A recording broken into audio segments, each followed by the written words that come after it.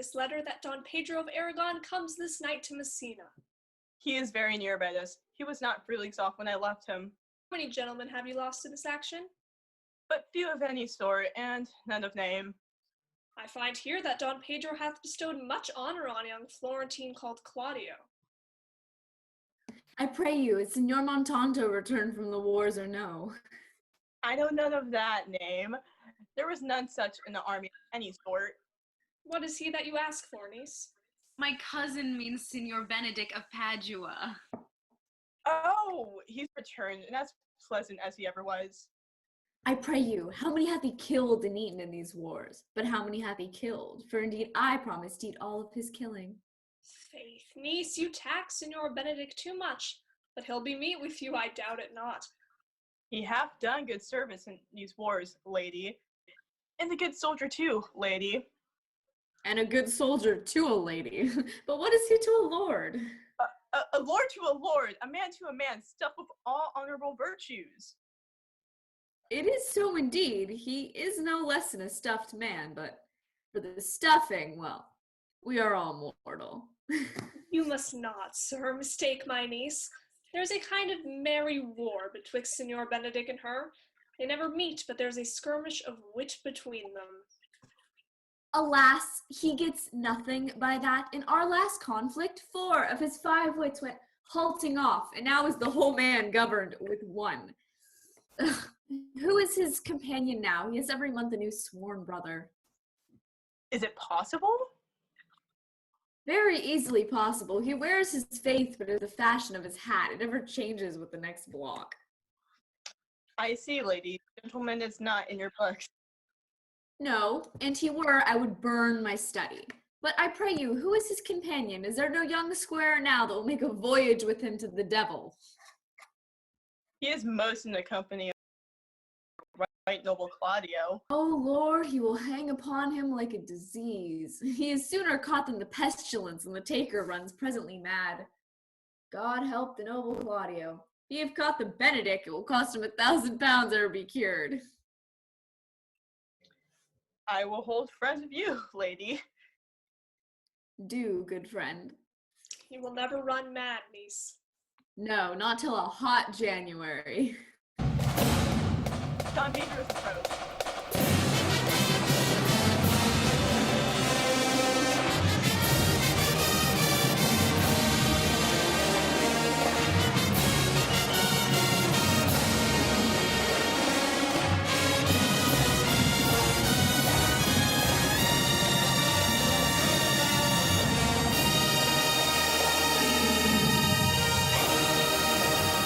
Good Signor Linato, you are come to meet your trouble. The fashion of the world is to avoid costs, and you encounter it. Never came trouble to my house in the likeness of your grace. For trouble being gone, comfort should remain. But when you depart from me, sorrow abides, and happiness takes his leave. You embrace your charge too willingly. I think this is your daughter? Truly, the lady fathers herself. Be happy, lady, for you are like an honorable father. If Signor Leonato be her father, she would not have his head on her shoulders, for all Messina is like him as she is. I wonder that you will still be talking, Signor Benedict. Nobody marks you. What my dear lady disdain? Are you yet living? Is it possible Disdain should die while she has such meat food to feed it as Signor Benedict? Courtesy itself must convert to disdain if you come in her presence. Then is courtesy a turncoat? But it is certain I am loved of all ladies, only you excepted. And I would I could find in my heart that I had not a hard heart, for truly I love none. A dear happiness to women. They would else have to be troubled with a pernicious suitor. I thank God and my cold blood I am of your humor for that. I'd rather hear my dog bark at a crow than a man swear he loves me. God, keep your ladyship still in that mind, so some gentleman or other shall escape a predestined and scratched face. Scratching could not make it worse as to a face such as yours were. Well, you are a rare parrot, teacher. A bird of my tongue is better than a beast of yours. I would my horse had the speed of your tongue and so good a continuer. Keep your way, in God's name. You always end with a jade's trick. I know you of old. That is the sum of all, Leonato. Signor Claudio, Signor Benedict, my dear friend Leonato hath invited you all. Let me bid you welcome, my lord, being reconciled to the prince, your brother. I owe you all duty. I thank you. I'm not of many words, but I thank you. Please, at your grace, lead on. Your hand, Leonato? We will go together.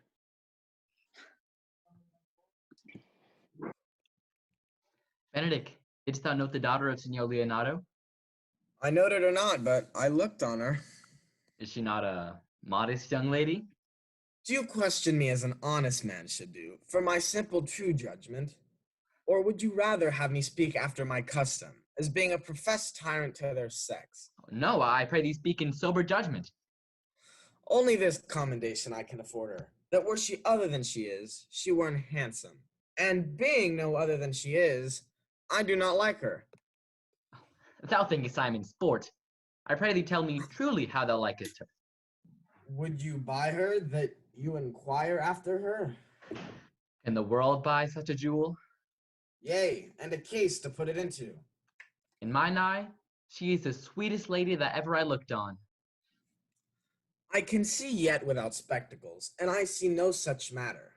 There's her cousin, and she were not possessed with such a fury, exceeds her as much in beauty as the 1st of May doth the last of December. But I hope you have no intent to turn husband, have you? I would scarce trust myself, though I had sworn the contrary if Hero would be my wife. Is it come to this? Shall I never see a bachelor of 60 again? Go to, in faith, and thou wilt thrust thy neck into a yoke, wear the print of it, and sigh away Sundays. Look, Don Pedro has returned to see you. What secret hath held you here that you followed not to Leonato's? I would your grace would constrain me to tell. I charge thee. You hear, Count Claudio, I can be as secret as a dumb man. I would have you think so, but on my allegiance, mark you this, on my allegiance, he is in love. With who? Now that is your grace's part. But mark how short his answer is. With Hero, Leonato's short daughter. Amen if you love her, for the lady is very well worthy. You speak this to fetch me in, my lord. By my troth, I speak my thought. And in faith, lord, I spoke mine. And by my 2 faiths and troths, my lord, I spoke mine. That I love her, I feel. That she is worthy, I know. That I neither feel how she should be loved or know how she should be worthy is the opinion that fire cannot melt out of me. I will die in it at the stake. Thou wast ever an obstinate heretic in despite of beauty. And never can maintain his part but in the force of his will. That a woman conceived me, I thank her. That she brought me up, I likewise give her most humble thanks. All women shall pardon me, because I will not do them the wrong to mistrust any. I will do myself the right to trust none. And the fine is, for which I may go the finer, I will live a bachelor. I shall see thee ere I die, look pale with love. With anger, with sickness, or with hunger, my lord, not with love. Prove that I ever lose more blood with love than I will get again with drinking. Pick out mine eyes with a ballad maker's pen, and hang me up at the door of a brothel house for the sign of blind Cupid. Well, if ever thou dost fall from this faith, thou wilt prove a notable argument. If I do, hang me in a bottle like a cat and shoot at me. And he that hits me, let him be clapped on the shoulder and called Adam. In the meantime, good Signor Benedict, repair to Leonato's, commend me to him, and tell him I will not fail him at supper, for indeed he hath made great preparation.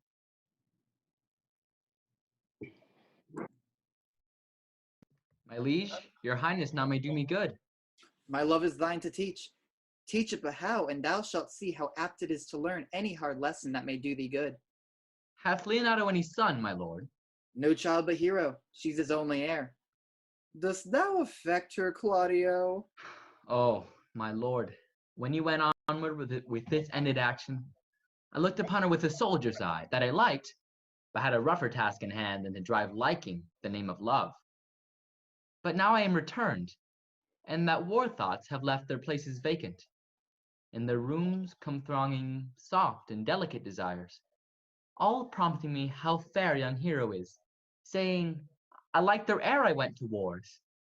If thou dost love fair Hero, cherish it, and I will break with her and her father, and thou shalt have her. Was not to this end that thou beganst to twist so fine a story. How sweetly you do minister love, that no loves grief by his complexion. But lest my liking might too sudden seem, I would have salved it with a longer treatise. And I will fit thee with the remedy. I know we shall have reveling tonight. I will assume thy part in some disguise, and tell fair Hero I am Claudio, and in her bosom unclasp my heart, and take her hearing prisoner with the force, and strong encounter my amorous tale. Then, after to her father will I break, and the conclusion is she shall be thine. In practice, let it put presently.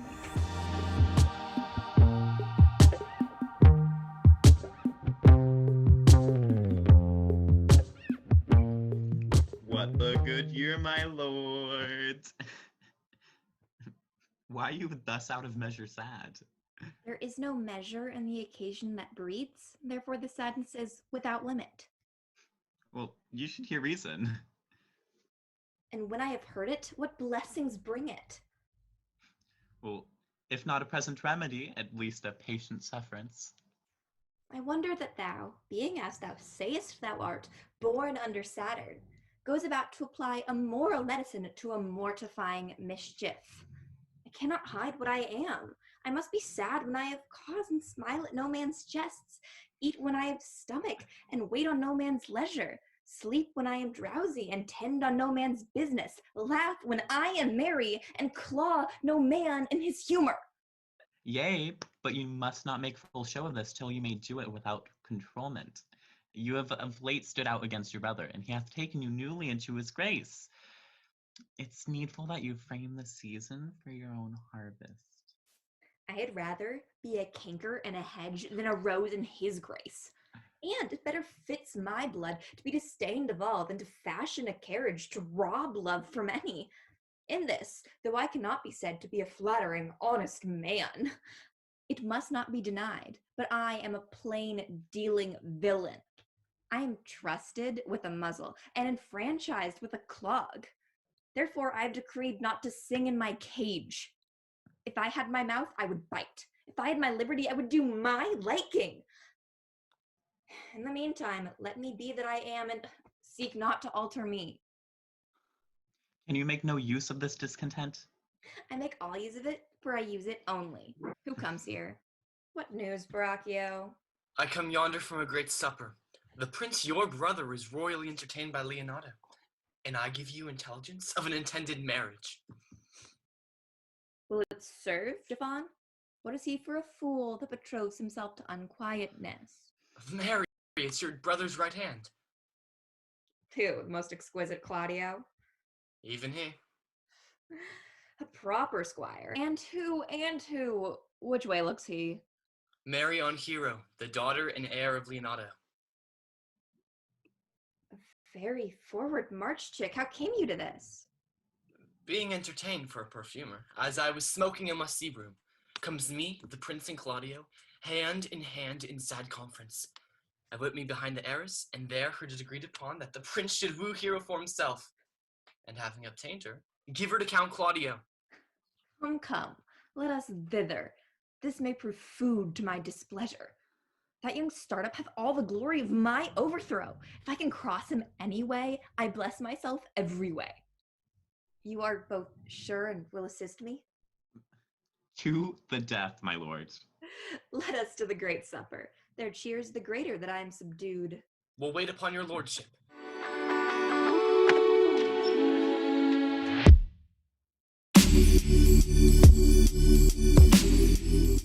Was not Count John here at supper? I saw him not. How tartly that gentleman looks. I never can see him, but I am heartburned an hour after. He is of a very melancholy disposition. He were an excellent man that were made just in the midway between him and Benedict. One is too like an image and says nothing, the other evermore tattling. Then half Signor Benedict's tongue in Count John's mouth, and half Count John's melancholy in Signor Benedict's face. With a good leg and a good foot, uncle, and money enough in his purse, such a man could win any woman in the world if he could get in her good will. By my troth, niece, thou wilt never get thee a husband if thou be so shrewd of thy tongue. In faith, she's too cursed. Too cursed is more than cursed. I shall lessen God's sending that way, for it is said, God sends a cursed cow short horns, but to a cow too cursed he sends none. So by being too cursed, God will send you no horns. Just if he send me no husband, for which blessing I am at upon my knees every morning and evening. Lord, I could not endure a husband with a beard on his face. I'd rather lie in the woolen. You may light on a husband that hath no beard.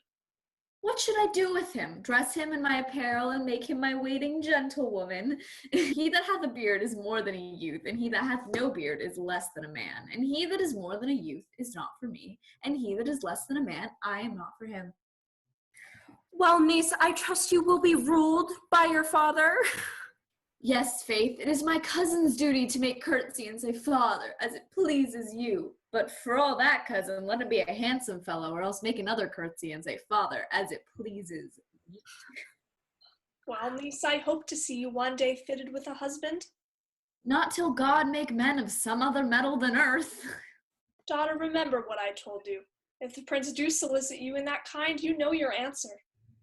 The fault will be in the music, cousin, if you not be wooed in good time. Cousin, you apprehend passing shrewdly. I have a good eye, uncle. I can see a church by daylight. The revelers are entering, brother. Make good room.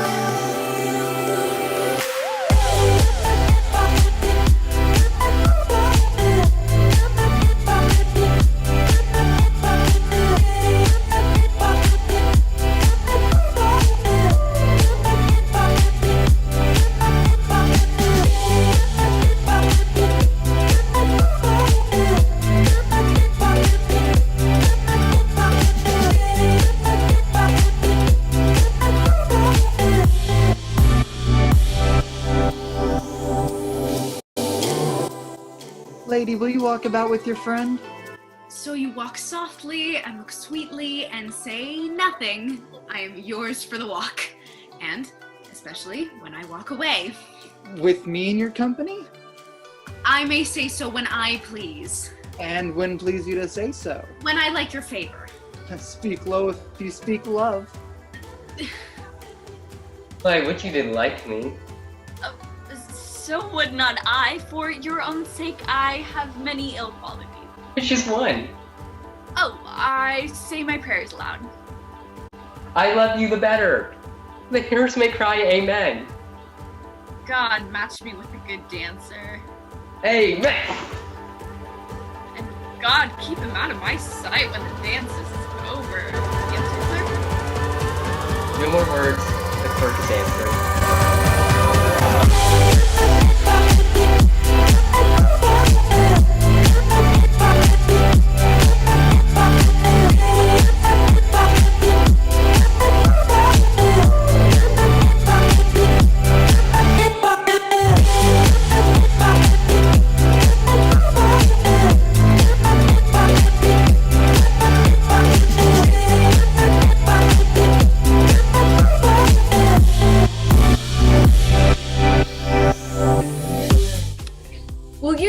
me who told you so.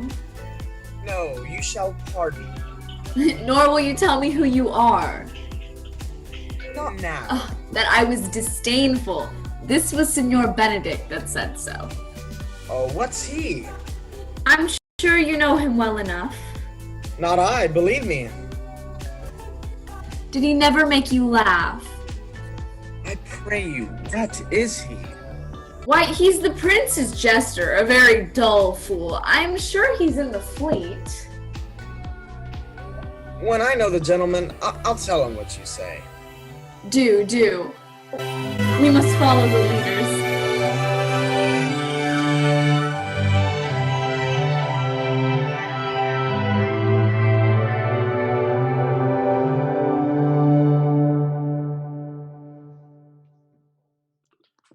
Sure, my brother is amorous on here and have withdrawn with her father to break with him about it. The ladies follow her, but one visor remains. And that is Claudio. I know him by his bearing. Are you not Signor Benedict? You know me well. I am he. Signor, you are very near my brother in his love. He is enamored on Hero. I pray you, dissuade him from her. She's no equal for his birth. You may do the part of an honest man in it. How loves her? I heard him swear his affection. So did I too, and he swore he would marry her tonight. Come, let us to the banquet. Thus answer I in the name of Benedict. But hear these ill news with the ears of Claudio. 'Tis certain so. The prince woos for himself. Friendship is constant in all other things, save in the office and affairs of love. Therefore, all hearts in love use their own tongues. Let every eye negotiate for itself, and trust no agent. For beauty is a witch, against whose charms faith melteth into blood. Farewell, therefore, hero.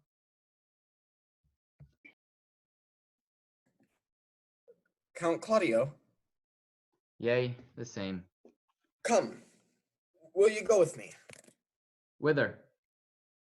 Even to the next willow. About your own business, County. What fashion will you wear the garland of? About your neck, like a user's chain, or under your arm, like a lieutenant's scarf. You must wear it one way, for the prince hath got your hero. I wish him joy of her. But did you think the prince would have served you thus? I pray you, leave me. Oh, now you strike like the blind man. Was the boy that stole your meat, and you'll beat the post. If it will not be, I'll leave you. Alas, poor hurt fowl. Now will he creep into sedges. But that Lady Beatrice should know me and not know me. The prince's fool? What? It may be I go under that title because I am merry. Yea, but so I am apt to do myself wrong. I am not so reputed. It is the base, though bitter disposition of Beatrice that puts the world into her person, and so gives me out. Well, I'll be revenged as I may. Now, Signor, where's the Count? Did you see him? I found him here as melancholy as a lodge in a warren. I told him, and I think I told him true, that your grace had got the goodwill of this young lady, and I offered him my company to a willow tree, either to make him a garland as being forsaken, or to bind him up a rod as worthy to be whipped. To be whipped? What's his fault? The flat transgression of a schoolboy who, being overjoyed with finding a bird's nest, shows it his companion, and he steals it. Wilt thou make a trust a transgression? The transgression is in the stealer. Yet it had not been amiss the rod had been made, and the garland too. For the garland he might have worn himself, and the rod he might have bestowed on you, who, as I take it, have stolen his bird's nest. I will but teach them to sing and restore. If their singing answer your saying, by my faith, you say honestly. The Lady Beatrice hath a quarrel to you. The gentleman that danced with her told her she is much wronged by you. Oh, she misused me past the endurance of a block. An oak but with one green leaf on it would have answered her. My very visor began to assume life and scold with her. She speaks poniards, and every word stabs. If her breath were as terrible as her terminations, there would be no living near her. She would infect to the North Star. I would not marry her, though she were endowed with all that Adam had left him before he transgressed. Come, talk not of her. You shall find her the infernal 8 in good apparel. Look, here she comes. Will your grace commend me any service to the world's end? I will go on the slightest errand now to be devised to send me on. You have no employment for me? None but to desire your good company. Oh God, sir, here's a dish I love not. I cannot endure my lady tongue. Come, lady, come. You have lost the heart of Signor Benedict. Indeed, my lord, he lent it me a while, and I gave him use for it, a double heart for his single one. Marry, once before he won it of me with false dice, therefore your grace may well have say I lost it. You have put him down, lady, you have put him down. So I would not he should do me, my lord, lest I prove to be the mother of fools. I have brought Count Claudio, whom you sent me to seek. Why, how now, Count? Wherefore are you sad? Not sad, my lord. How then? Sick? Neither, my lord. The Count is neither sad, nor sick, nor merry, nor well, but something of that jealous complexion. In faith, Liddy, I think your blazon to be true. Though I'll be sworn if he be so, his conceit is false. Here, Claudio, I have wooed in thy name, and fair hero is won. I have broke with her father, and his goodwill obtained. Name the day of marriage, and God give thee joy. Count, take of me my daughter, and with her my fortunes. His grace hath made the match, and all grace say amen to it.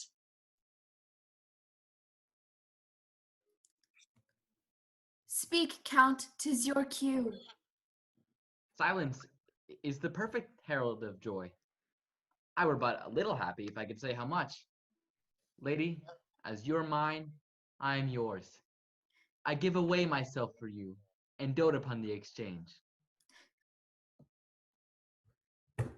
Speak, cousin, or if you cannot, stop his mouth with a kiss, and let not him speak neither. In faith, lady, you have a merry heart. Yea, my lord, I thank it, poor fool, it keeps on the windy side of care. My cousin tells him in his ear that he is in her heart. And so she doth, cousin. Good lord for alliance, thus goes every one to the world but I. I am sunburnt, I may sit in a corner and cry hi-ho for a husband. Lady Beatrice, I will get you one. I would rather have one of your father's getting. Hath your grace ne'er a brother like you? Your father got excellent husbands if a maid could come by them. Will you have me, lady?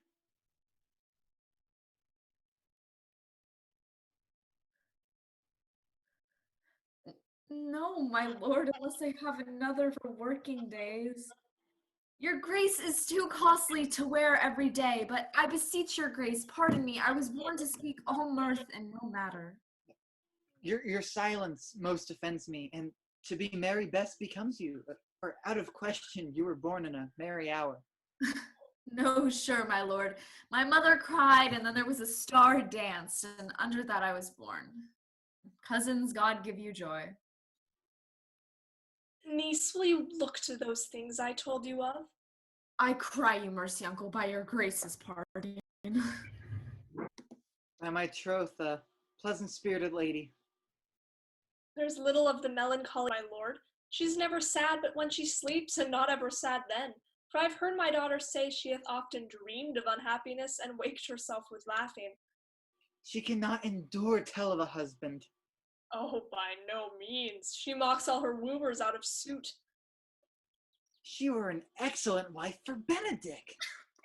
Oh, lord, my lord. If they were but a week married, they would talk themselves mad. County Claudio, what means you to go to church? Tomorrow, my lord. Time goes on crutches till love have all his rights. Not till Monday, my dear son, which is hence a just 7 night, and a time too brief, too, to have all things answer my mind. Come, you shake the head at so long a breathing. But I warrant thee, Claudio, that time shall not go dully by us.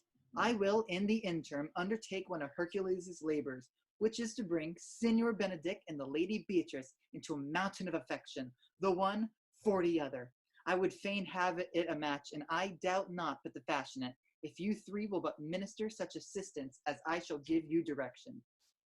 My lord, I am for you, though it cost me 10 nights' watchings. And I, my lord. And you too, gentle hero? I will do any modest office, my lord, to help my cousin to a good husband.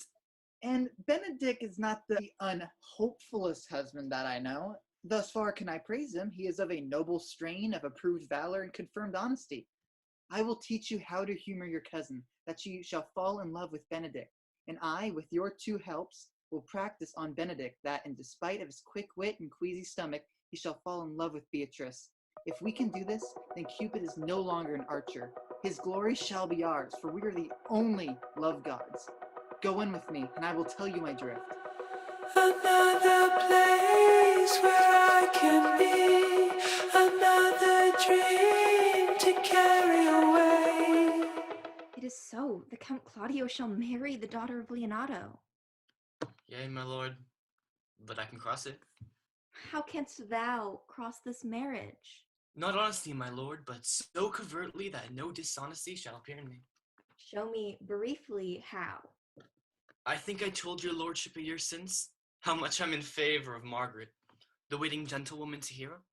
I remember. I can, at any unseasonable instant of the night, appoint her to look out her lady's chamber window. What life is in that to be the death of this marriage? The poison of that lies in you to temper. Go you to the prince your brother. Spare not to tell him that he hath wronged his honor in marrying the renowned Claudio to a contaminated stale, such a one as Hero. What proof shall I make of that? Proof enough to misuse the prince, to vex Claudio, to undo Hero and kill Leonato. Look ye for any other issue? Only to despite them, I will endeavor anything. Go then, find me a meet hour to draw Don Pedro and the Count Claudio alone. Tell them that you know Hero loves me. They will scarcely believe this without trial. Offer them instances which shall bear no less likelihood than to see me at her lady's chamber window. Hear me call Margaret Hero, and bring them to see this the very night before the intended wedding. For in the meantime I will so fashion the matter that Hero shall be absent, and there shall appear such seeming truths of Hero's disloyalty that jealousy shall be called assurance, and all the preparations overthrown. Grow this to what adverse issue it can. I will put it in practice. Be cunning in the working of this. And thy fee is 1,000 ducats? Be you constant in the accusations. My cunning shall not shame me. I will presently go learn their day of marriage.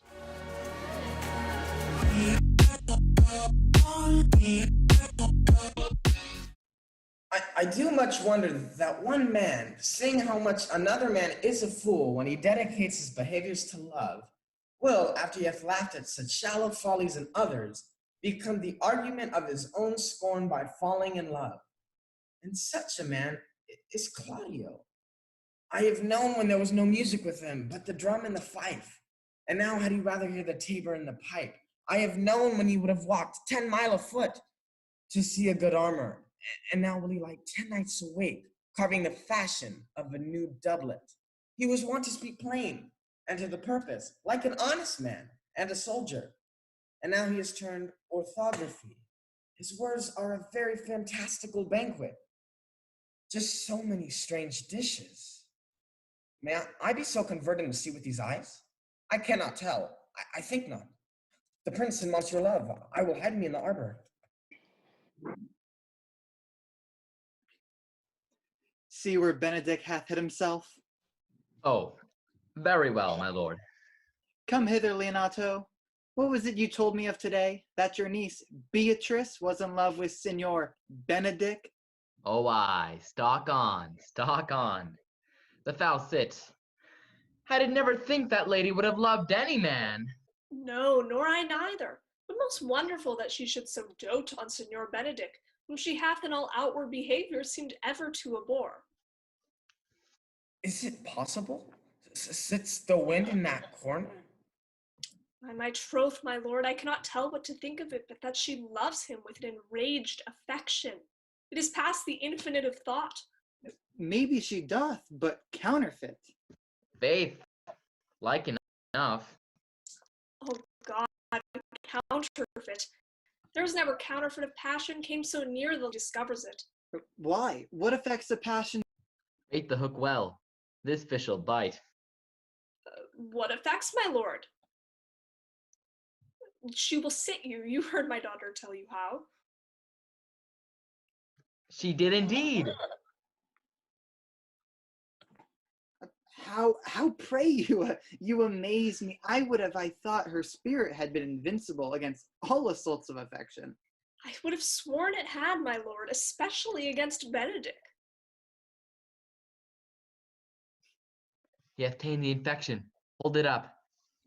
Hath she made her affection known to Benedick? No, and swears she never will. That's her torment. 'Tis true indeed. So your daughter says. Shall I, says she, that have so oft encountered him with scorn, write to him that I love him? This says she now, and she's beginning to write to him. For she'll be up 20 times a night, and there will she sit in her smock till she have read a sheet of paper. My daughter tells us all. Oh, she tore the letter into 1,000 halfpence, railed at herself, that she should be so immodest to write to one that she knew would flout her. I measure him, says she, by my own spirit, for I should flout him if he writ to me. Yea, though I love him, I should. Then down upon her knees she falls, weeps, sobs, beats her heart, tears her hair, prays, curses. Oh, sweet Benedick, God give me patience. She doth indeed, my daughter says so. And the ecstasy hath so much overborne her, that my daughter is sometime afeard she will do a desperate outrage to herself. It is very true. It were good that Benedick knew of it by some other, if she will not discover it. To what end? He would but make a sport of it, and torment the poor lady worse. And he should, it were an alms to hang him. She's an excellent sweet lady, not of all suspicion, she is virtuous. And he is exceeding wise. In everything but in loving Benedick. I would she had bestowed this dotage on me. I pray you, tell Benedick of it, and hear what he'll say. Never tell him, my lord. Let her wear it out with good counsel. Nay, that's impossible. She may wear her heart out first. Well, we will hear further it by your daughter. Let it cool the while. I love Benedick well, and I could wish he would modestly examine himself to see how much he is unworthy so good a lady. My lord, will you walk? Dinner is ready. If he do not dote on her upon this, I will never trust my expectation. Let there be the same net spread for her, and that must your daughter and her gentleman carry. The sport will be when they hold one in opinion of another's dotage, and no such matter. Let us send her to call him in to dinner. This can be no trick. The conference was sadly born. They have the truth of this from Hero. They seem to pity the lady. It seems her affections have their full bent. Love me.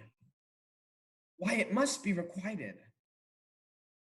I hear how I am censured. They say I will bear myself proudly if I perceive the love come from her. They say, too, that she will rather die than give any sign of affection. I did never think to marry. I must not seem proud. Happy are they that hear their detractions and can put them to mending. They say the lady is fair. 'Tis a truth. I can bear them witness. And virtuous. 'Tis so I cannot reprove it. And wise, but for loving me. By my troth, it is no addition to her wit, nor no great argument of her folly, for I will be horribly in love with her. I may chance have some odd quirks and remnants of wit broken on me, because I have railed so long against marriage. But doth not the appetite alter? A man loves the meat in his youth that he cannot endure in his age. Shall these quips and sentences and these paper bullets of the brain on man from the career of his humor? No, the world must be peopled When I said I would die a bachelor, I did not think I should live till I were married. Here comes Beatrice. By this day, she's a fair lady. I do spy some marks of love in her. Against my will, I am sent to bid you come to dinner. Fair Beatrice, I thank you for your pains. I took no more pains for those things than you take pains to thank me. If it had been painful, I would not have come. You take pleasure then in the message.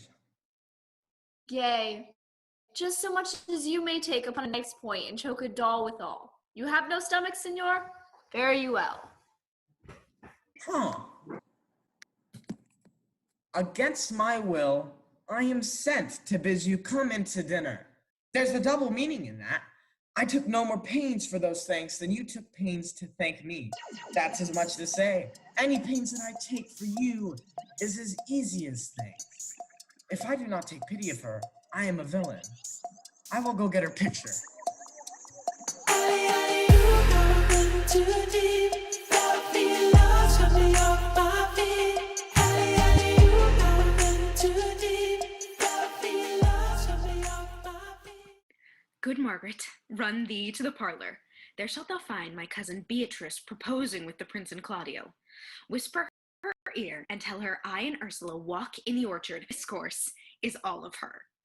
Say that thou overheardst us, and bid her steal into the pleached bower, where honeysuckles ripened by the sun forbid the sun to enter, like favorites made proud by princes that advance their pride against that power that bred it. There will she hide her to listen our purpose. This is thy office, bear thee well in it, and leave us alone. I'll make her come, I warrant you presently. Now, Ursula, when Beatrice doth come, as we do trace this alley up and down, our talk must only be of Benedick. When I do name him, let it be thy part to praise him more than ever man did merit. My talk to thee must be how Benedick is sick in love with Beatrice. Of this matter is little Cupid's crafty arrow made, that wounds only by hearsay. Now begin, for look where Beatrice like a lopping runs, close by the ground to hear our conference. The pleasantest angling is to see the fish cut with her golden oars the silver stream and greedily devour the treacherous bait.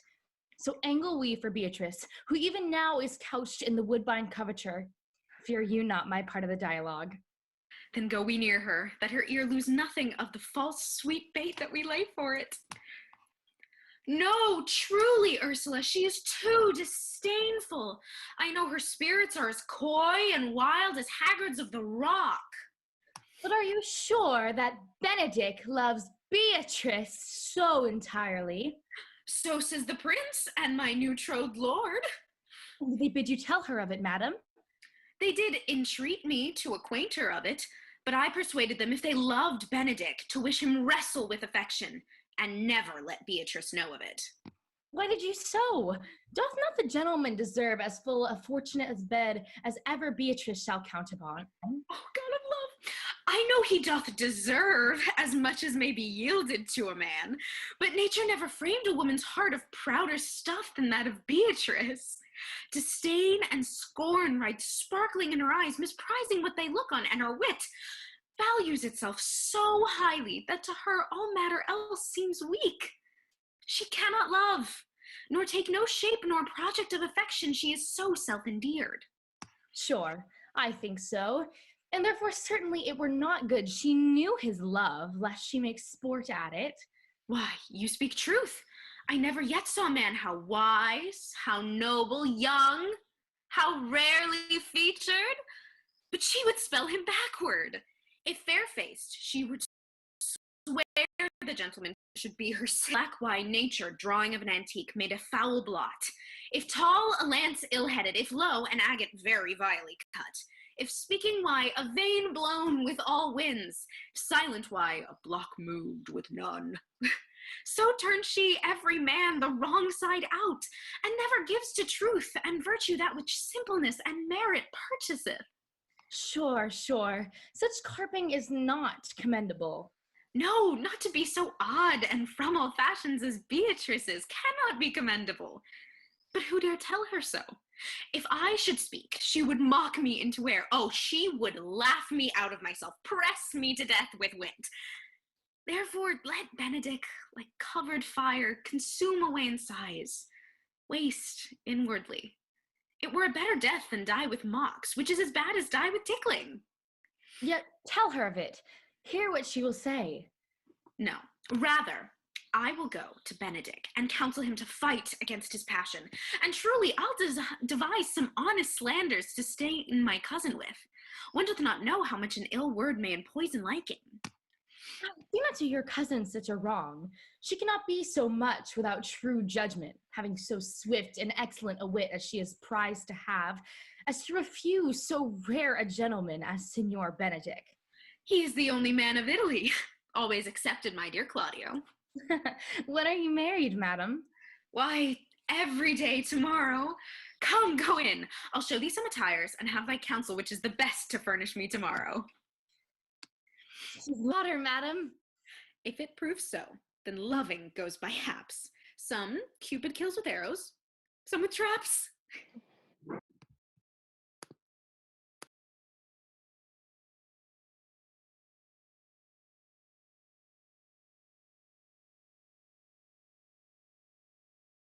What is this fire in mine ears? Can this be true? Stand I condemned for pride and scorn so much?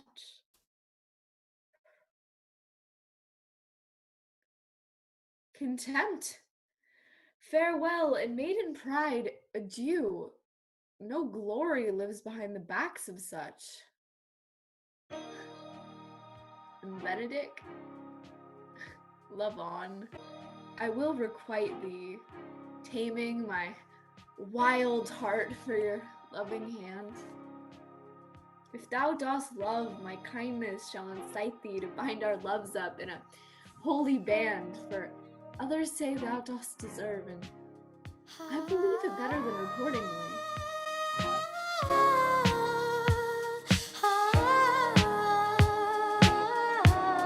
I want you to hold me. I do but stay till your marriage be consummate. Then go I toward Aragon. I'll bring you thither, my lord, if you vouchsafe me. Nay, that would be as great a soil in the new gloss of your marriage as to show a child his new coat and forbid him to wear it. I will only be bold with Benedick for his company, for from the crown of his head to the sole of his foot, he is all mirth. Gallants, I am not as I have been. So say I, methinks you are sadder. I hope he be in love. Hang him, truant. There is no true drop of blood in him to be truly touched with love.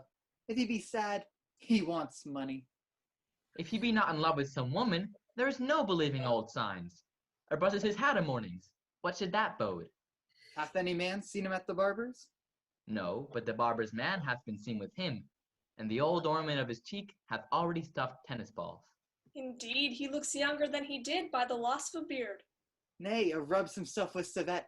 You can smell him out by that. That's as much to say, the sweet youth's in love. The greatest note of it is his melancholy. And when was he wont to wash his face? Yea, or to paint himself.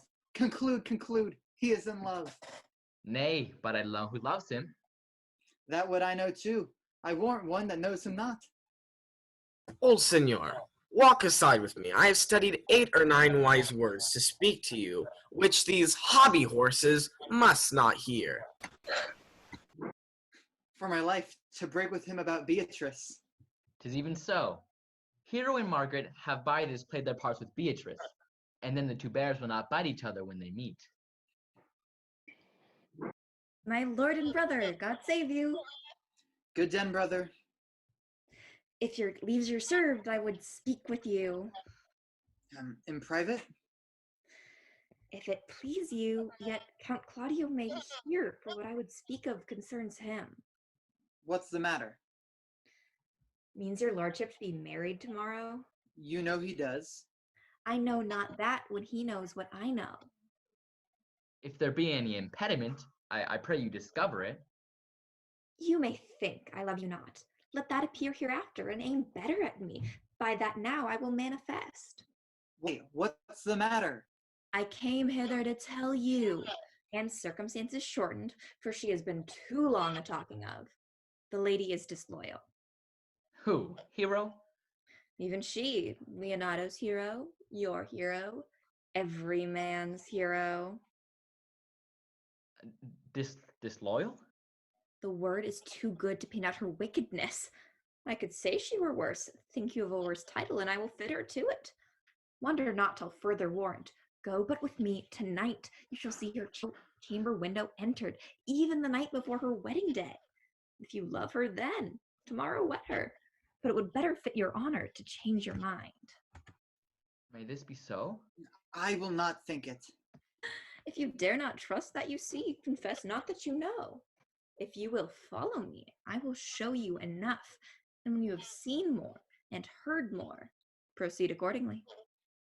If I see anything tonight, why I should not marry her in the congregation, where I should wed, there will I shame her. As I wooed for thee to obtain her, I will join with thee to disgrace her. I will disparage her no further till you are my witnesses. Bear it coldly but till midnight, and let the issue show itself. O day untowardly turned. Oh, mischief straight thwarting. Oh, plague right well prevented, so will you say when you have seen the sequel.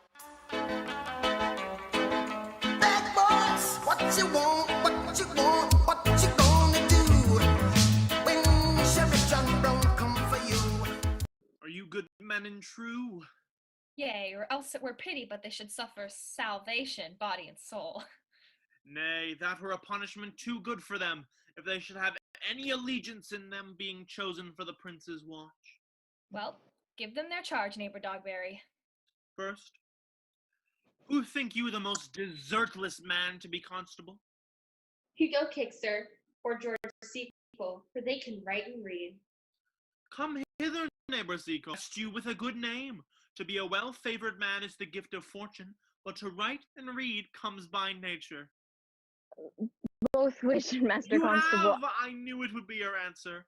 Well, for your favor, sir, why, give God thanks, and make no boast of it. And for your writing and reading, let that appear when there is no need for such vanity. You are thought here to be the most senseless and fit man for the constable of the watch. Therefore, bear you the lantern. This is your charge. You shall comprehend all vagrom men. You are to bid any man stand in the prince's name. How if he will not stand? Why then, take no note of him, but let him go, and presently call the rest of the watch together, and thank God you are rid of a knave. If he will not stand when he is bidden, then he is none of the prince's subjects. True, and they are to meddle with none but the prince's subjects. You shall also make no noise in the streets, for the watch to babble and to talk is most tolerable and not to be endured. We will rather sleep than talk. We know what belongs to a watch. Why, you speak like an ancient and most quiet watchman. For I cannot see how sleeping should offend. You're to call at all the alehouses, and bid those that are drunk get them to bed. How if they will not? Why then, let them alone till they are sober. If they make you not then the better answer, you may say they are not the men you took them for. Well, sir? If you meet a thief, you may suspect him, by virtue of your office, to be no true man, and for such kind of men, the less you meddle or make with them, why, the more is for your honesty. If we know him to be a thief, shall we not lay hands on him? Truly, by your office you may. But I think they that touch pitch will be defiled. The most peaceable way for you, if you do take a thief, is to let him show himself what he is, and steal out of your company. You have always been called a merciful man, partner.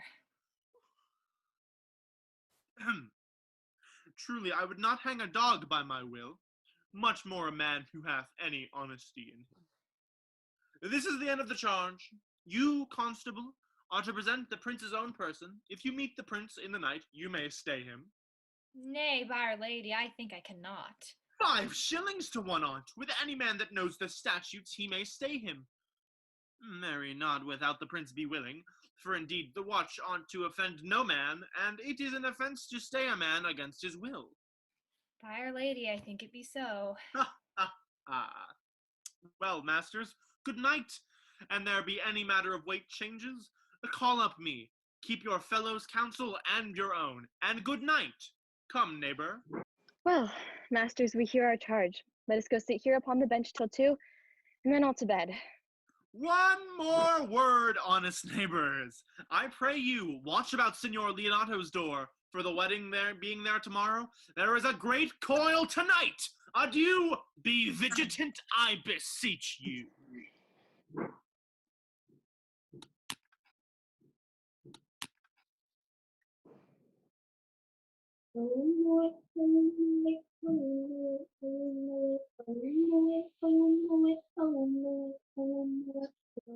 Messina, sweet Messina, the watchmen sleep tonight.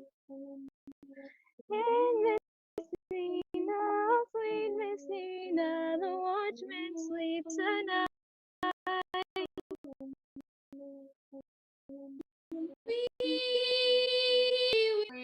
What, Conrad? Peace. Turn up. Conrad, I say. Here, man, I am at thy elbow. Mass, and my elbow itched. I thought there would a stab follow. I'll owe thee an answer for that later. Now on with thy tale. Stand thee close then, under this penthouse, for it drizzles rain, and I will, like a true drunkard, utter all to thee. Some treasons, master, yet stand close. Therefore know I have earned of Don John 1,000 ducats. Is it possible that any villainy should be so dear? Thou shouldst rather ask if it were possible any villainy should be so rich. For when rich villains have need of poor ones may make what price they will. I wonder at it. That shows thou art unconfirmed. Did thou not hear somebody? No, 'twas the vane on the house. Know that I have tonight rude Margaret, the lady hero's gentlewoman, by the name of Hero. She leans me out of her mistress's window, bids me 1,000 times good night. I tell this tale vilely. I should first tell thee how the prince, Claudio, and my master, planted and placed and possessed by my master Don John, saw far off in this orchard the amiable encounter. And thought they Margaret was Hero? 2 of them did, the prince and Claudio. But the devil, my master, knew she was Margaret. And partly by his oaths, which first possessed them, partly by the dark night, which did deceive them, but chiefly by my villainy, which did confirm any slander that Don John had made. Away went Claudio, enraged, swore he would meet her, as he was appointed, the next morning at the temple, and there before the whole congregation, shame her with what he saw overnight, and send her home again without a husband. We charge you, in the prince's name, stand. Call up the right master constable. We have here recovered the most dangerous piece of lechery ever known in the Commonwealth. Masters. Never speak. We charge you. Let us obey you to go with us. We are like to prove a goodly commodity, being taken up these men's bills. A commodity in question, I warrant you. Come, we'll obey you.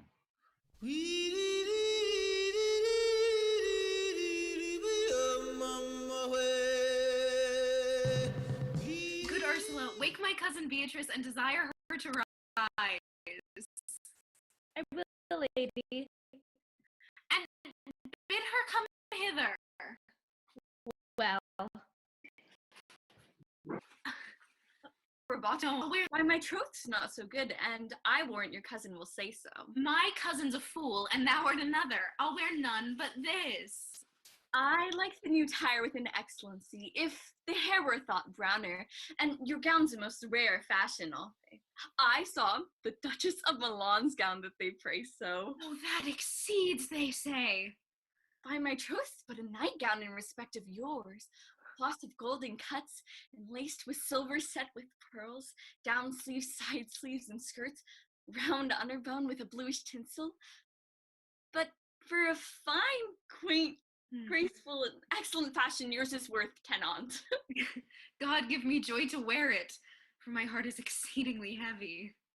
Twill be heavier soon by the weight of a man. Fie upon thee! Art not ashamed? Of what, lady? Of speaking honorably? Is not marriage honorable in a beggar?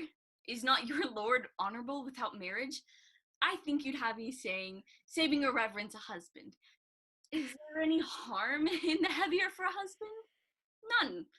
I think it be the right wife and the right husband. Otherwise 'tis light, not heavy. Ask my lady Beatrice else. Here she comes. Good morrow, cuz. Good morrow, sweet hero. Why, how now? Do you speak in the sick tune? I am all out of other tune, methinks. 'Tis almost 5 o'clock, cousin. 'Tis time you were getting ready. By my troth, I am exceedingly ill. Hi-ho. For a hawk, a horse, or a husband? For the letter that begins them all. H. Well, and you not be turned Turk. There's no more sailing by the star. What means the fool, Shroud? Nothing, but God send everyone their heart's desires. These gloves the Count sent me, they are an excellent perfume. I am stuffed, cousin. I cannot smell. A maid and stuffed? Oh, there's goodly catching a cold. Oh, God help me. God help me. How long have you professed apprehension?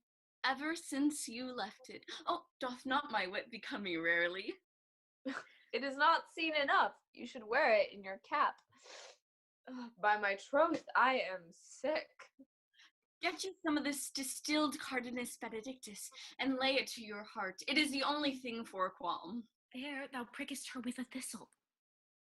Benedictus? Why Benedictus? You have some moral in this Benedictus? Moral? No. By my troth, I have no moral meaning. I meant plain holy thistle. You may think, perchance, that I think you are in love. But nay, byre lady, I'm not such a fool nor I list not to think what I can. Nor indeed I cannot think, if I were to think my heart out of thinking, that you are in love, or that you will be in love, or that you can be in love. Yet Benedict was such another. He swore he would never marry, and now, in despite of his heart, he eats his meat without grudging. And how you may be converted, I know not, but methinks you look with your eyes as other women do. What pace is this that thy tongue keeps? Not a false gallop. Madam, withdraw. The prince, the count, Signor Benedict, Don John, and all the gallants of the town are here to fetch you to church. Oh, help me to dress, good cuz, good Meg, good Ursula.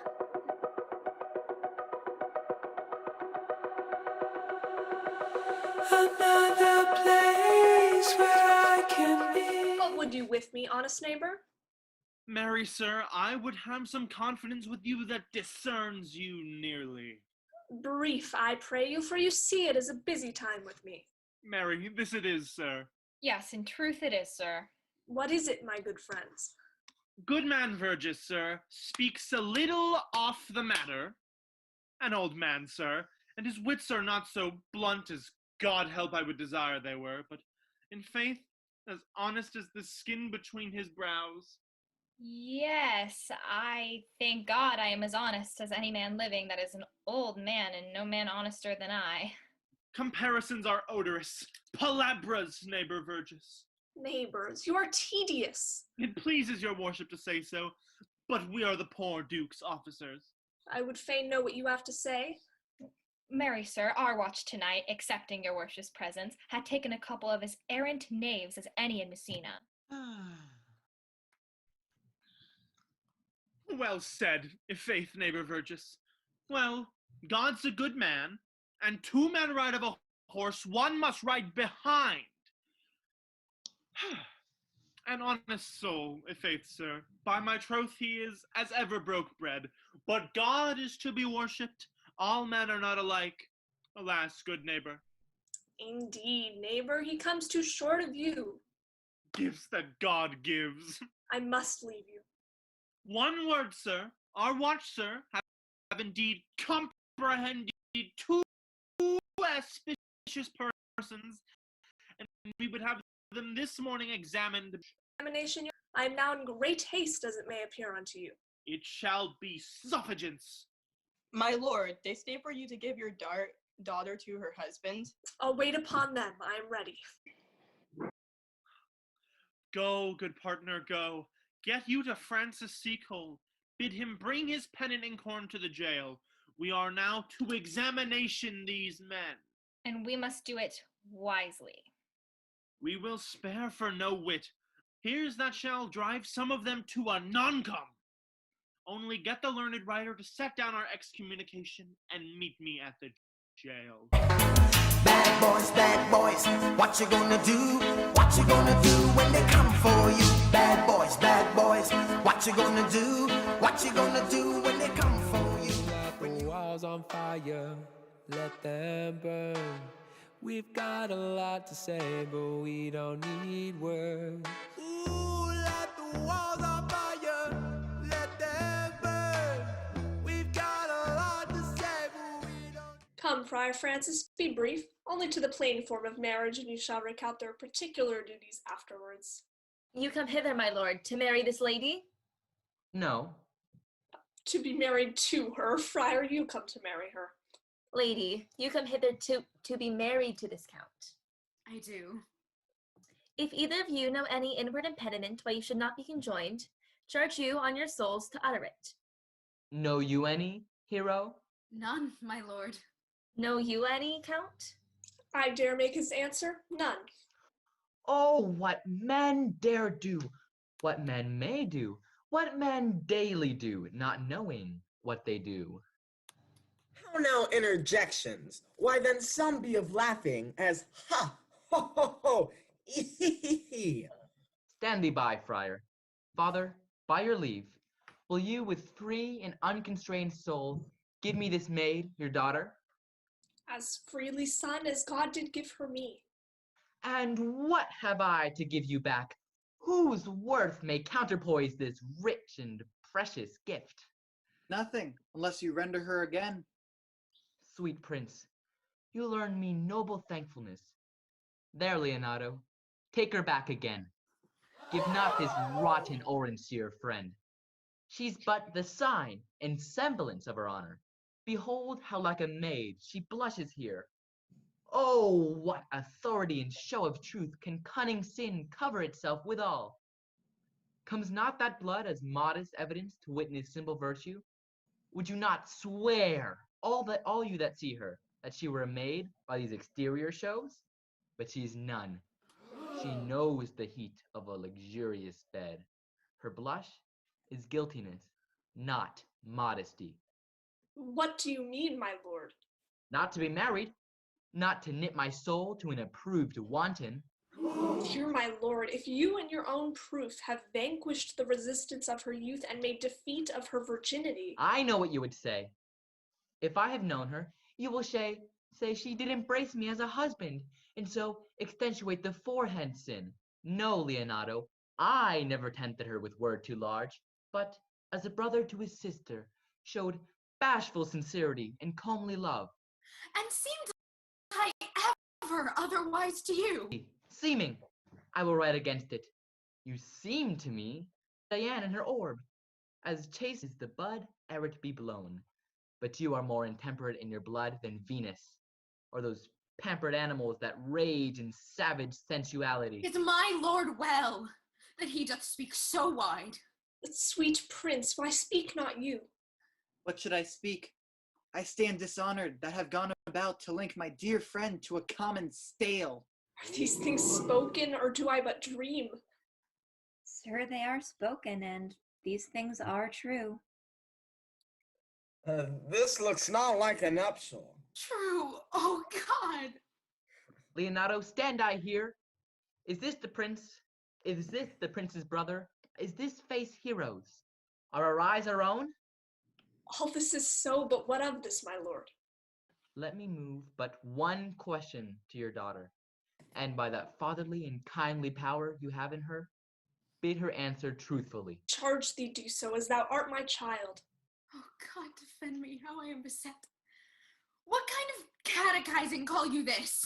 To make you answer truly to your name. Is it not Hero? Who can blot that name with any just reproach? Marry, that can Hero. Hero itself can blot out Hero's virtue. What man was he that talked with you yesternight, out at your window, betwixt 12 and 1? Now, if you were a maid, answer to this. I talked with no man at that hour, my lord. Why then you are no maiden. Leonato, I am sorry you must hear. Upon mine honor, myself, my brother, and this grieved count did see her, hear her, at that hour last night, talk with a ruffian at her chamber window, who hath indeed, most like a liberal villain, confessed the vile encounters they have had 1,000 times in secret. Fie, they are not to be named, my lord, not to be spoke of. There's not chassis enough in language which offends to utter them. Thus, pretty lady, I am sorry for thy much misgovernment. Oh, Hero, what a hero hadst thou been, if half thy outward graces had been placed about thy thoughts and counsels of thy heart. But fare thee well, most foul, most fair. Farewell, thou pure in piety and impious purity. For thee, I'll lock up all the gates of love, and on my eyelids shall conjecture hang, to turn all beauty into thoughts of harm, and never shall it be more gracious. No man's dagger here a point for me. How now, cousin? Wherefore sink you down? Come, let us go. These things come thus to light, smother her spirits up. How doth the lady? Dead, I think. Help, uncle! Oh, fate, take not away thy heavy hand. Death is the fairest cover for her shame that may be wished for. Have comfort, lady. Dost thou look up? Yea, wherefore should she not? Wherefore? Why, doth not every earthly thing cry shame upon her? Could she here deny the story that is printed in her blood? Do not live, Hero, do not ope thine eyes. For did I think thou wouldst not quickly die, thought I thy spirits were stronger than thy shames. Myself would on the rear ward of reproaches strike at thy life. Grieved I had but one. Should I for that at frugal nature's frame? Oh, one too much by thee, why had I won? Why ever wast thou lovely in mine eyes? But mine and mine I loved, and mine I praised, and mine that I was proud on. Mine so much that I myself was to myself not mine, valuing of her. Why she is fallen into a pit of ink, that the wide sea hath drops too few to wash her clean again, and salt too little, which may season give to her foul tainted flesh. Sir, be patient. For my part, I am so attired in wonder, I know not what to say. Oh, on my soul, my cousin is belied. Lady, were you her bedfellow last night? No, truly not, although until last night I have 12 months been her bedfellow. Confirmed. Oh, that a stronger maid which was before barred up with ribs of iron. Would the two princes lie and Claudio lie, who loved her so, that speaking of her foulness washed it with tears? Hence from her, let her die. Whoa, hear me a little, for I have only been silent so long, and given way into this course of fortune. By noting of the lady I have marked 1,000 blushing apparitions. To start into her face, 1,000 innocent shames in angel likeness beat away those blushes. And in her eye there hath appeared a fire, to burn those errors that this princess hold against her maiden truth. Call me a fool, trust not my reading nor my observations, which with experimental seal doth warrant the tenor of my book. Trust not my age, my reverence, calling nor divinity. If this sweet lady lie not guiltless here, under some biting error. Friar, it cannot be. Thou seest that all the grace that she hath left is that she will not add to her damnation a sin of perjury. She not denies it. Lady, what man is he you are accused of? They know that to accuse me. I know none. If I know more of any man alive than that which maiden modesty doth warrant, Let all my sins lack mercy. Oh, my father, prove you that any man with me conversed at hours and meat, or that I yesternight maintained the change of words with any creature. Refuse me, hate me, torture me to death. There is some strange misprision in the princes. 2 of them have the very bent of honor, and if their wisdoms be misled in this, the practice of it lives in John the Bastard, whose spirits toil and frame of villainies. I know not. If they speak what truth of her, these hands shall tear her. If they wrong her honor, the proudest of them shall well hear of it. Pause a while, and let my counsel sway you in this case. Your daughter here, the princess left for dead. Let her a while be secretly kept in, and publish it that she is dead indeed. What shall become of this? What will this do? Mary, this will carry shall on her behalf change slander to remorse. For so it falls out that what we have we prize, not to the worst whilst we enjoy it. But being lacked and lost, why then we rack the value? And then we find the virtue that possession would not show us while it was ours. So will it fare with Claudio. When he shall hear she died upon his words, the idea of her life shall sweetly creep into his study of imagination, and every lovely organ of her life shall come apparelled in more precious habit, more moving, delicate, and full of life, into the eye and prospect of his soul, than when she lived indeed. Then shall he mourn, if ever love had interest in his liver, and wish he had not so accused her, no, though he thought his accusation true. Let this be so, and doubt not but success will fashion the event in better shape than I can lay it down in likelihood. Senorely, I advise you, and though you know my inwardness and love is very much unto the Prince and Claudio, yet by mine honor, I will deal in this as secretly and justly as your soul should do with your body. Being that I flow in grief, the smallest twine may lead me. 'Tis well consented. Presently away, for to strange swords strangely they strain the cure. Come, lady, die to live is prolonged. Have patience and endure. Lady Beatrice, have you wept all this while? Yea, and I will weep a while longer. I will not desire that. You have no reason, I do it freely. Surely I do believe your fair cousin is wronged. Ah, how much might the man deserve of me that would right her? Is there any way to show such friendship? A very even way, but no such friend. May a man do it? It is a man's office, but not yours. I do love nothing in the world so well as you. Is not that strange? As strange as the thing I know not. It were as possible for me to say I love nothing in the world so well as you, but believe me not yet, I lie not, I confess nothing nor deny nothing. I am sorry for my cousin. By my sword, Beatrice, thou lovest me. Do not swear and eat it. I will swear by it that you love me, and I will make him eat it that says I love not you. Will you not eat your word? With no sauce that can be devised to it. I protest. I love thee. Why then, God forgive me. What offense, sweet Beatrice? You've stayed me in a happy hour. I was about to protest, I loved you. And do it with all thy heart. I love you with so much of my heart that none is left to protest. Come, bid me do anything for thee. Kill Claudio. Not for the wide world. You kill me to deny it. Farewell. Tarry, sweet Beatrice. I am gone, though I am here. There is no love in you. Nay, I pray you, let me go. Beatrice. In faith, I will go. We'll be friends first. You dare!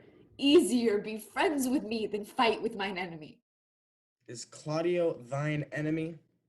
Is he not approved in the height of villain that hath slandered, scorned, dishonored my kinswoman? What? bear her hand until they come to take hands, and then with public accusation, uncovered slander, unmitigated rancor. Oh, that I were a man. I would eat his heart in the marketplace. Hear me, Beatrice. Talk with a man at a window, a proper saying. Nay, but Beatrice is... Hero, she is wrong. She is slandered. She is undone. Beatrice. Princes and counties, surely a princely testimony, a goodly count. Count Comfit, a sweet gallant, surely. Oh, that I were a man for his sake, or that I had any a friend that would be a man for my sake. But manhood is melted into courtesies, valor into compliment, and men are only turned into tongue, and trim ones too. He is now as valiant as Hercules that only tells a lie and swears it. I cannot be a man with wishing, so I will die a woman with grieving. Tarry, good Beatrice, by this hand, I love thee. Use it for my love some other way than swearing by it. Think you in your soul that the Count Claudio hath wronged Hero? Yea, as sure as I have a thought or a soul. Enough. I am engaged. I will challenge him. I will kiss your hand, and so I leave you. By this hand, Count Claudio shall render me a dear account. As you hear of me, so think of me. Go comfort your cousin. I must say she is dead. And so, farewell.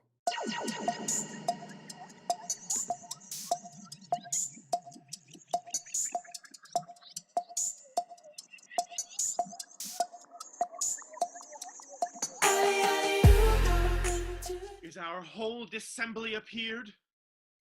Which be the malefactors? Marry, that am I and my partner. Nay, that's certain we had the exhibition to examine. But which are the offenders that are to be examined? Let them come before Master Constable. Yea, Mary, let them come before me. What is your name, friend? Baracchio. Pray, write down Baracchio. Yours, Sirrah? I am a gentleman, and my name is Conrad. Write down Master Gentleman Conrad. Masters, do you serve God?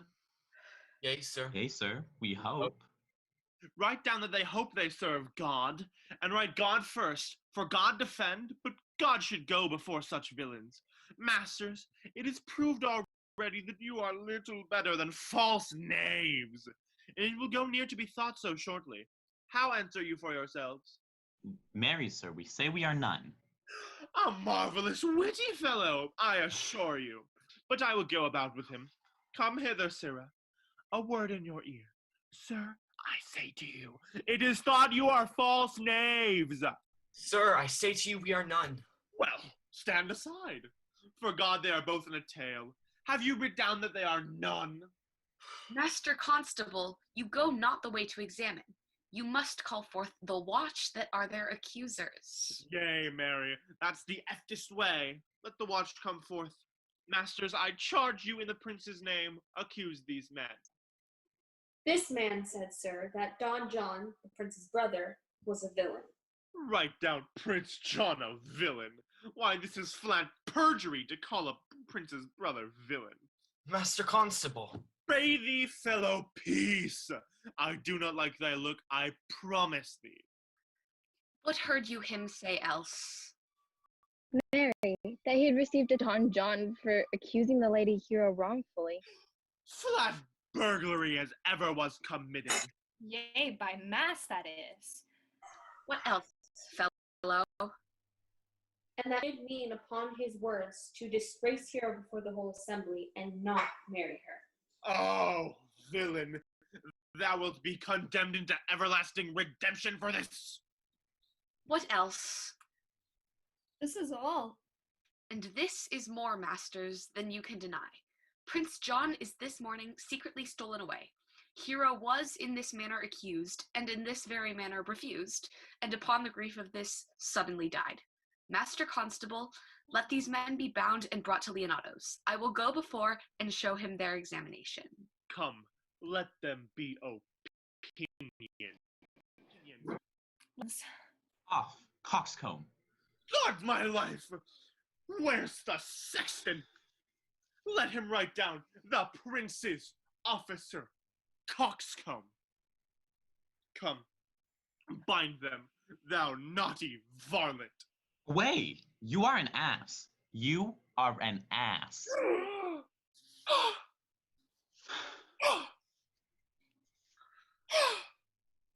Dost thou not suspect my place? Dost thou not suspect my years? Oh, that he were here to write me down an ass. But masters, remember that I am an ass. Though it be not written down, yet forget not that I am an ass. No, thou villain, thou art full of piety, as shall be proved upon thee by good witness. I am a wise fellow, and which is more a householder, and which is more as pretty a piece of flesh as any is in Messina. And one that knows the law go to, and a rich fellow enough go to, and a fellow that hath had losses, and one that hath 2 gowns and everything handsome about him. Bring him away. Oh, that I had been writ down an ass.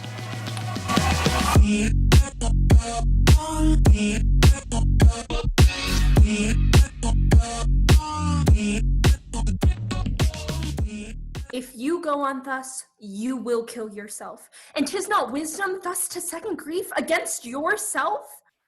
I pray thee, cease thy counsel, which falls into mine ears as profitless as water in a sieve. Give not me counsel, nor let no comforter delight mine ear, but such a one whose wrongs do suit with mine. But there is no such man. For brother men can counsel and speak comfort to that grief which they themselves not feel. But tasting it, their counsel turns to passion, which before would give perceptual medicine to rage, fetter strong madness in a silken thread, charm ache with air and agony with words. No, 'tis all men's office to speak patience to those that wring under the load of sorrow, but no man's virtue nor sufficiency to be so moral when he shall endure the like himself. Therefore give me no counsel. My griefs cry louder than advertisement. Yet bend not all the harm upon yourself. Make those that do offend you suffer too.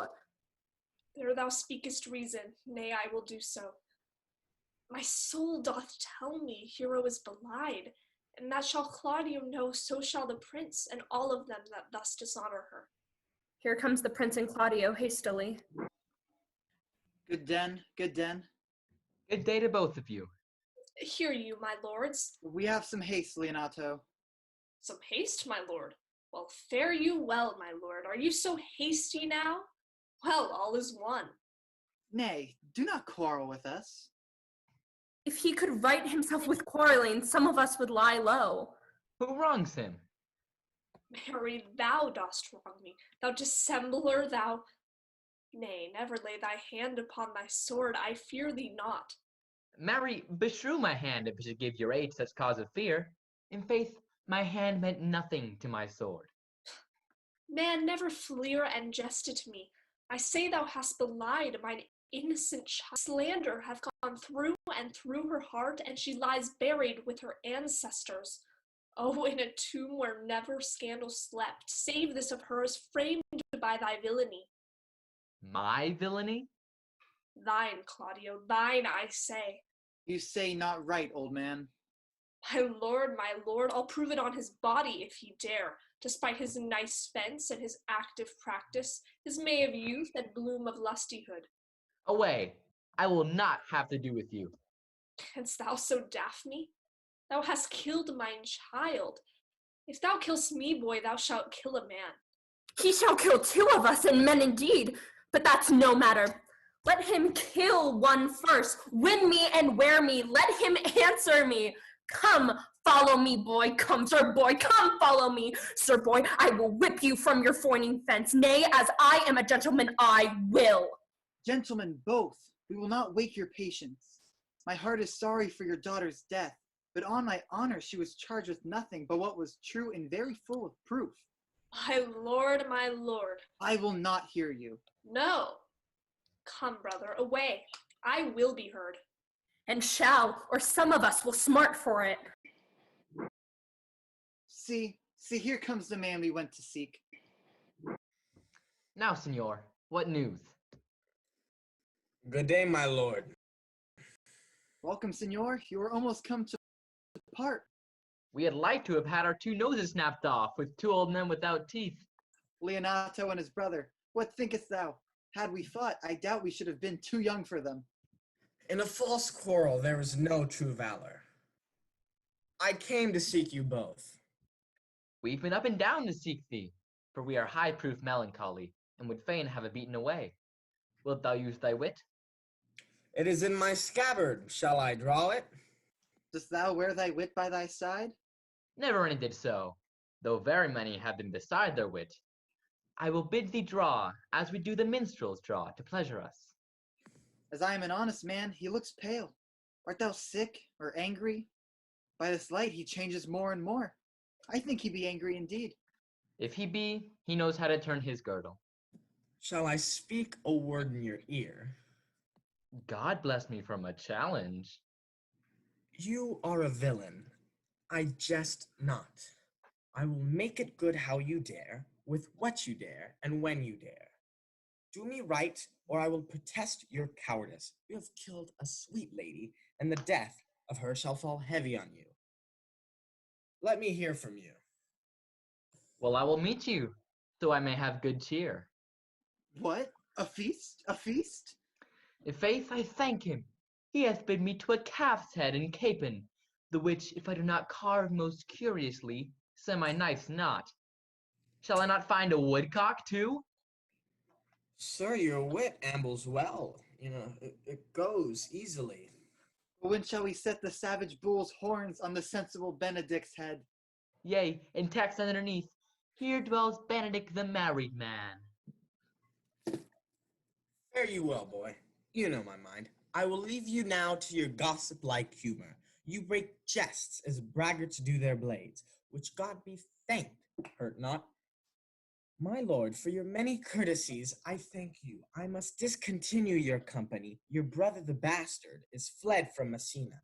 You have among you killed a sweet and innocent lady. For my lord Lackbeard there, he and I shall meet. Until then, peace be with him. He is in earnest.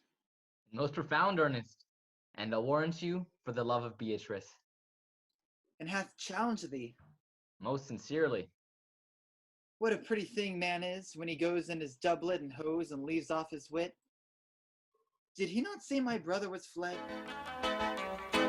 Bad boys, what you want, what you want, what you gonna do when John Brown come for you? Justice cannot tame you. She shall ne'er weigh more reasons in her balance. Nay, and you be a cursing hypocrite once, you must be looked to. How now? To my Baracchio one? Hearken after their offense, my lord. Officers, what offense have these men done? Marry, sir, they have committed false report. Moreover, they have spoken untruth. Secondarily, they are slander. Sixth and lastly, they have belied a lady. Thirdly, they have verified unjust things. And to conclude, they are lying knaves. First I ask thee what they have done. Thirdly I ask thee what their offense. Sixth and lastly why they are committed. And to conclude what you lay to their charge. Rightly reasoned, and in his own division. And by my troth, there's one meaning well suited. Who have offended you, masters, that you are thus bound to your answers? This learned constable is too cunning to be understood. What's your offense? Sweet prince, let me go no farther to mine answer. Do you hear me, and let this count kill me? I have deceived even your very eyes, what your wisdoms could not discover. These shallow fools have brought to light, who in the night overheard me confessing to this man how Don John, your brother, incensed me to slander the Lady Hero. How you were brought into the orchard and saw me court Margaret in Hero's garments. How you disgraced her when you should marry her. My villainy they have upon record, which I had rather seal with my death than repeat over to my shame. The lady is dead upon mine and my master's false accusations, and briefly, I desire nothing but the reward of a villain. Runs not this speech like iron through your blood? I have drunk poison while he utters it. But did my brother set thee onto this? Yea, paid me for the practices of it. He is composed and framed with treachery, and fled he is upon this villainy. Sweet hero, now thy image doth appear in the rare semblance that I loved it first. Come, bring away the plaintiffs. By this time our sexton hath reformed Signor Leonato of the matter. And masters, do not forget to specify, when time and place shall serve, that I am an ass. Here comes Master Signor Leonato and the sexton, too. Which is the villain? Let me see his eyes, that when I know another man like him, I may avoid him. Which of these is he? If you know your wronger, look on me. Art thou the slave that with thy breath hast killed mine innocent child? Yea, even I alone. No, not so, villain, thou beliest thyself. Here stand a pair of honorable men. A third is fled that had a hand in it. I thank you, princes, for my daughter's death. Record it with your high and worthy deeds. 'Twas bravely done, if you bethink you of it. I know not how to pray your patience, yet I must speak. Choose your revenge yourself. Impose me to what penance your invention can lay upon my sin. Yet sinned I not, but in mistaking. By my soul nor I, and yet to satisfy this good old man, I would bend under any heavy weight that he'll enjoin me to. I cannot bid you bid my daughter live, that were impossible. But I pray you both, possess the people in Messina hear how innocent she died. Tomorrow morning come you to my house, and since you could not be my son-in-law, be yet my nephew. My brother hath a daughter, almost the copy of my child that's dead, and she alone is heir to both of us. Give her the right you should have given her cousin, and so dies my revenge. Oh, noble sir, your overkindness doth wring tears from me. I do embrace your offer, and dispose for henceforth of poor Claudio. Tomorrow then I will expect your coming. Tonight I take my leave. This naughty man shall face to face be brought to Margaret, who I believe was packed in all this wrong, hired to it by her brother. No, by my soul she was not, nor knew not what she did when she spoke to me, but always hath been just and virtuous in anything that I do know by her. Moreover, sir, which indeed is not under white and black, this plaintiff here, the offender, did call me ass. I beseech you, let it be remembered in his punishment. I thank thee for thy care and honest pains. Your worship speaks like a most thankful and reverend youth, and I praise God for you. There's for thy pains. Oh, God save the foundation! Go, I discharge thee of thy prisoner, and I thank thee. I leave an errant knave in your worship, which I beseech your worship to correct yourself for the example of others. God keep your worship, I wish your worship well. God restore you to health, I humbly give you leave to depart, and if a merry meeting may be wished, God prohibit it. Come, neighbor! Until tomorrow morning, lords, farewell. Farewell, my lords. We look for you tomorrow. We will not fail.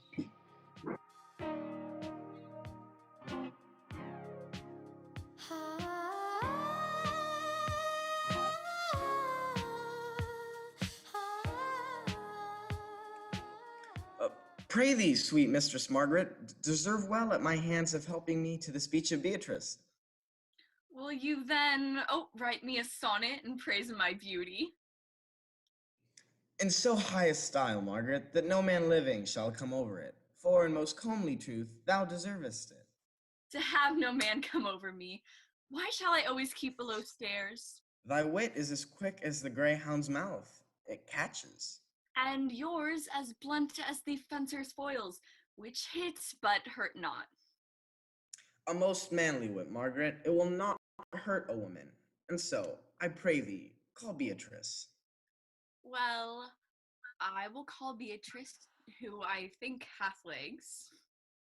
Therefore will come. Sweet Beatrice, wouldst thou come when I call thee? Yea, Signor, and depart when you bid me. Oh, stay but till then. Then is spoken. Fare you well now. And yet ere I go, let me go with that which I came, which is knowing what has passed between you and Claudia. Only foul words, and thereupon I will kiss thee. Foul words is but foul wind, and foul wind is but foul breath, and foul breath is knownsome. Therefore I will depart unkissed. Thou hast frighted the word out of his right sense, so forcible is thy wit. But I must tell thee plainly, Claudio undergoes my challenge, and either I must shortly hear from him, or I will subscribe him a coward. And I pray thee, tell me for which of my bad parts didst thou first fall in love with me? For all of them together, which maintain so politic a state of evil that they will not admit any good part to intermingle with them. But for which of my good parts did you first suffer love with me? Suffer love, a good epithet. I do suffer love indeed, for I love thee against my will.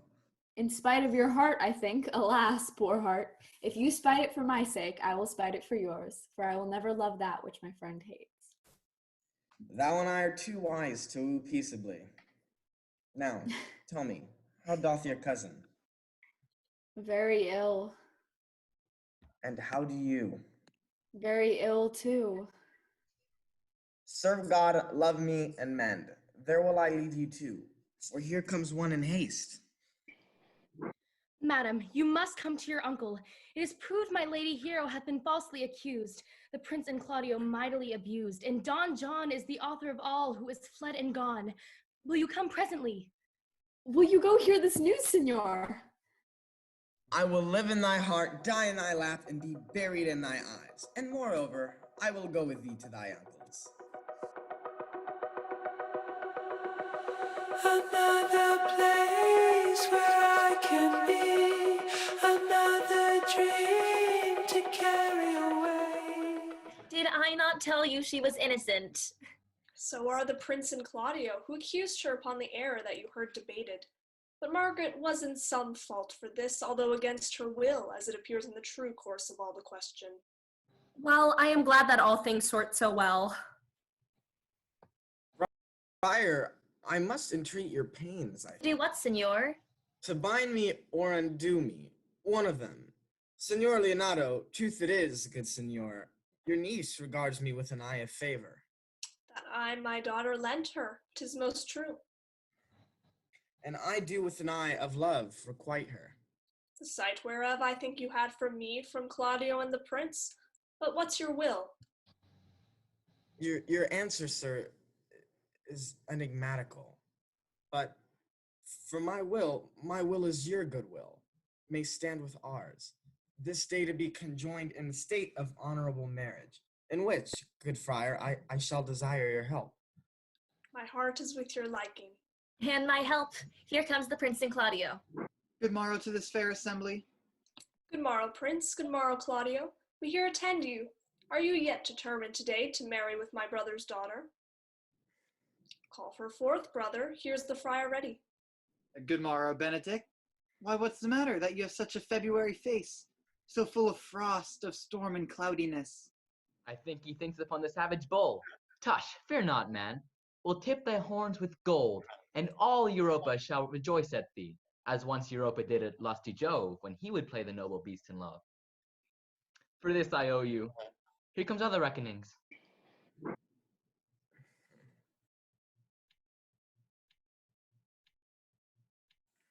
Which is the lady I must seize upon? This is she, and I do give you her. Then she's mine. Sweet, let me see your face. Know that you shall not, till you take her hand before this friar and swear to marry her. Give me your hand. Before this holy friar, I am your husband, if you like of me. And when I lived, I was your other wife. And when you loved, you were my other husband. Another hero. Nothing certainer. One hero died defiled, but I do live. And surely as I do live, I am a maid. The former hero? Hero that is dead? She died, my lord, but whilst her slander lived. All this amazement can I qualify. When after that the holy rites are ended, I'll tell you largely of our hero's death. Meantime, let wonder seem familiar, and to the chapel let us presently. Oh my god. Soft and fair, friar. Which is Beatrice? I answer to that name. What is your will? Do not you love me? Why, no. No more than reason. Why, then your uncle and the prince and Claudio have been deceived. They swore you did. Do you not love me? Troth, no. No more than reason. Because I swear you did. They swore that you were almost sick of me. They swore you were well nigh dead for me. 'Tis no such matter. Then you do not love me. No, truly, but in friendly recompense. Cousin, I am sure you love the gentleman. And I'll be sworn upon it that he loves her. For here's a paper written in his hand, a halting sonnet of his own pure brain, fashioned to Beatrice. And here's another, writ in my cousin's hand, stolen from her pocket, containing her affection unto Benedict. Miracle! Here's our hands against our hearts. Come, I will have thee, but by this light, I take thee for pity. I would not deny you, but by this good day I yield upon great persuasion, and partly to save your life, for I was told you were in consumption. Peace, I will stop your mouth. How dost thou, Benedict, the married man? I tell thee what, Prince, a college of wit-crackers cannot flout me of my humor. In brief, since I do purpose to marry, I will think nothing to any purpose that the world can say against it, and therefore never flout at me for what I have said against it. For man is a giddy thing, and this is my conclusion. Come, we are friends. Let's have a dance here. We are married, that we may lighten our own hearts and our wives' heels. We'll have dancing afterward. First of my word, therefore play music. Prince, thou art sad. Get thee a wife. Get thee a wife. There is no staff more reverend than one tipped with horn. My lord, your brother John is taken to flight and brought with armed men back to Messina. Think not on him till tomorrow. I'll devise thee brave punishments for him. Strike up, pipers.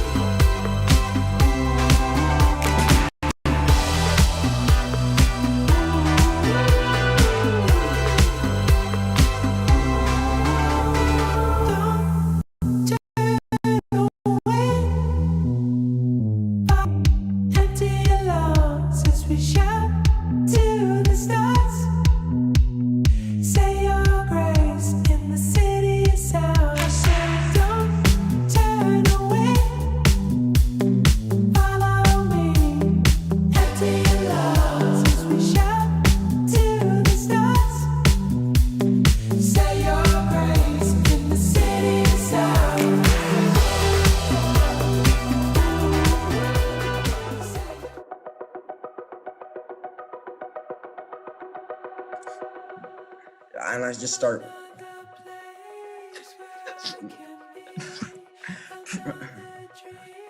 Sorry. You lagged on that. To carry away. For I will. Another world that waits for me. Another life I can wait for that.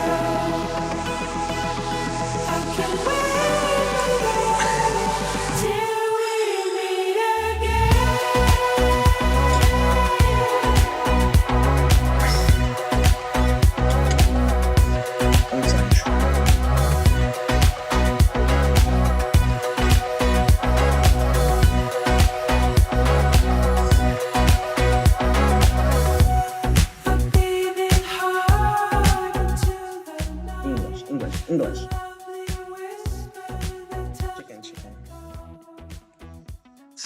love.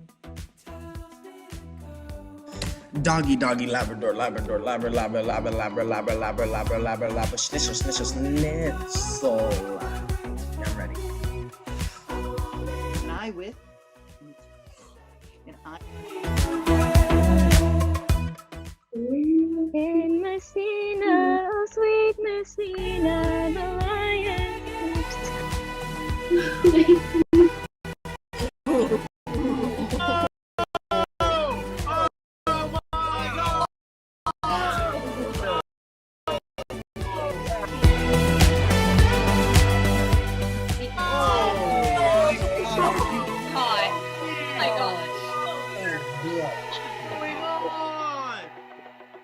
Well, Joe, sir, had an amiable love. We